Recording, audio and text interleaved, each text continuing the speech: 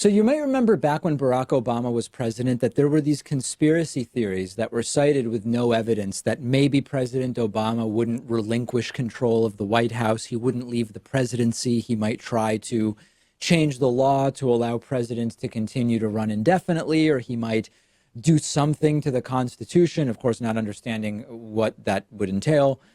Maybe President Obama would declare martial law and suspend the 2016 election. And of course, there was no reason to think that would happen because President Obama never mentioned anything about it. There was no actual evidence that it was something he would do. And it was very clear that there was a full election taking place and that Barack Obama was not going to seize indefinite control of the Oval Office. Still insanely unlikely that Donald Trump would do something like it. But in contrast to under Barack Obama, Donald Trump has actually said after China changed the law to allow the president to continue running, Trump said president for life sounds pretty interesting. Maybe it's something that we would do here in the United States in the future. Donald Trump has implied before that if he were to lose a presidential election, it could only be by fraud. You might remember that during the 2016 election, he was actually asked, if you lose, will you accept the results? And he said, well, we'll see, not even willing to say, yeah, if I lose, I lost. And then to add to all of this, Donald Trump's own former personal lawyer, Michael Cohen, said during his testimony last week that he fears Donald Trump will not peaceably transfer power if he loses the 2020 election. Let's take a listen to that clip. And I will not sit back, say nothing, and allow him to do the same to the country. Indeed, given my experience working for Mr. Trump, I fear that if he loses the election in 2020, that there will never be a peaceful transition of power. And this is why I agreed to appear before you today. So tons of people emailing me saying, how could a president even try to stay in power? Like, how could he try not to leave? Who would actually remove him? So let's actually play it out. There's a few primary scenarios here. So let's take it seriously. Let's deal with it once, and then we can sort of move on. The first example is like the simplest one. Imagine that there's some kind of psychotic episode, a mental health thing, where Trump is refusing to leave, but is not coherently contesting the results of the election and his administration's not contesting it. That's the simplest situation. I think Secret Service just removes Trump, maybe with mental health professionals. Like, I don't think that that's really the most complicated scenario. I also don't think it's the most likely scenario. What we're really talking about here is that the election is close, maybe it's contested, and ultimately Donald Trump, as well as his administration and staff, decide they don't believe Trump actually lost. You'd have a president-elect. You'd have that president-elect in touch with the FBI and the Secret Service and the Justice Department and the Joint Chiefs of Staff of the military.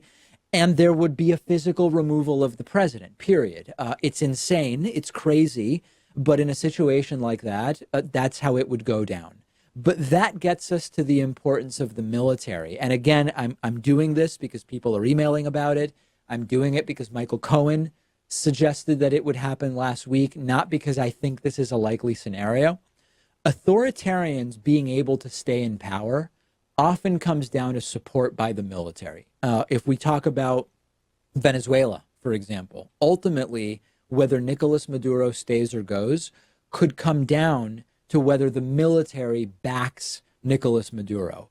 If indeed the military backed Trump not leaving power, then you are all of a sudden talking about a coup d'etat, right? A coup by the state. Is that likely? I don't think so. This is something that is often said about other presidents. They're never going to leave the White House. They're going to refuse to relinquish control.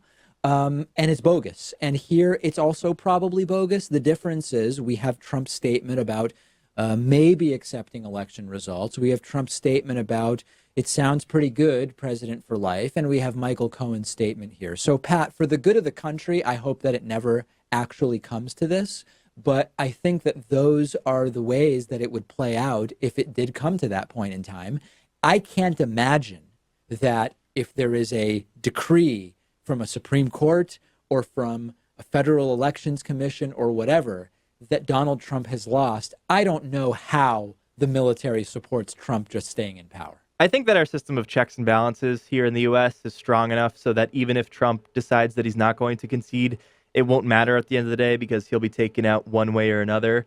But I don't think it'll come to that because Trump has shown signs that he's willing to cave when he knows that he's lost, like on family separations and the government shutdown recently.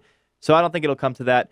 He may refuse to attend the inaugural of whoever defeats him, but I think that's about it. Yeah, I think the most likely scenario is that this is not a thing, but since Michael Cohen mentioned it, and there's actually more to make us think about it than with any recent president I can think of. We've talked about it. That's how it would work. And now we can move on to bigger and better things.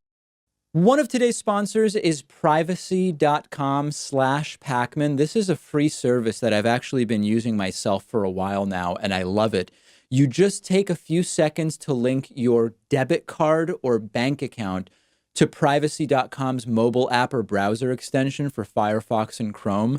And what that does is allow you to instantly create virtual credit cards that are linked to your bank account so that you're not actually putting your real debit card number on the internet. And you use these virtual credit card numbers to buy things online. And with one click of a button, you have the ability to create multiple virtual cards, delete cards, freeze and unfreeze cards. You can put a limit on a card so a company won't be able to charge you more than you actually want them to. And it protects you from being hacked. It protects you from companies being hacked, which we've been talking about for a while on the program. And it's perfect for signing up for free trials somewhere if you don't want your real credit card number to be exposed and on file. And their app and browser extension let you autofill the virtual credit card number into the credit card field when you're buying things online. There are a ton of different advantages to shopping and paying bills with a system like this. Everything is totally secure and encrypted. And in some situations, you can earn 5% cash back on your purchases. It's all completely free. All you have to do is click the link under this video to get started. And for a limited time, everybody in our audience who signs up gets $5 towards your first purchase when you sign up using that link below.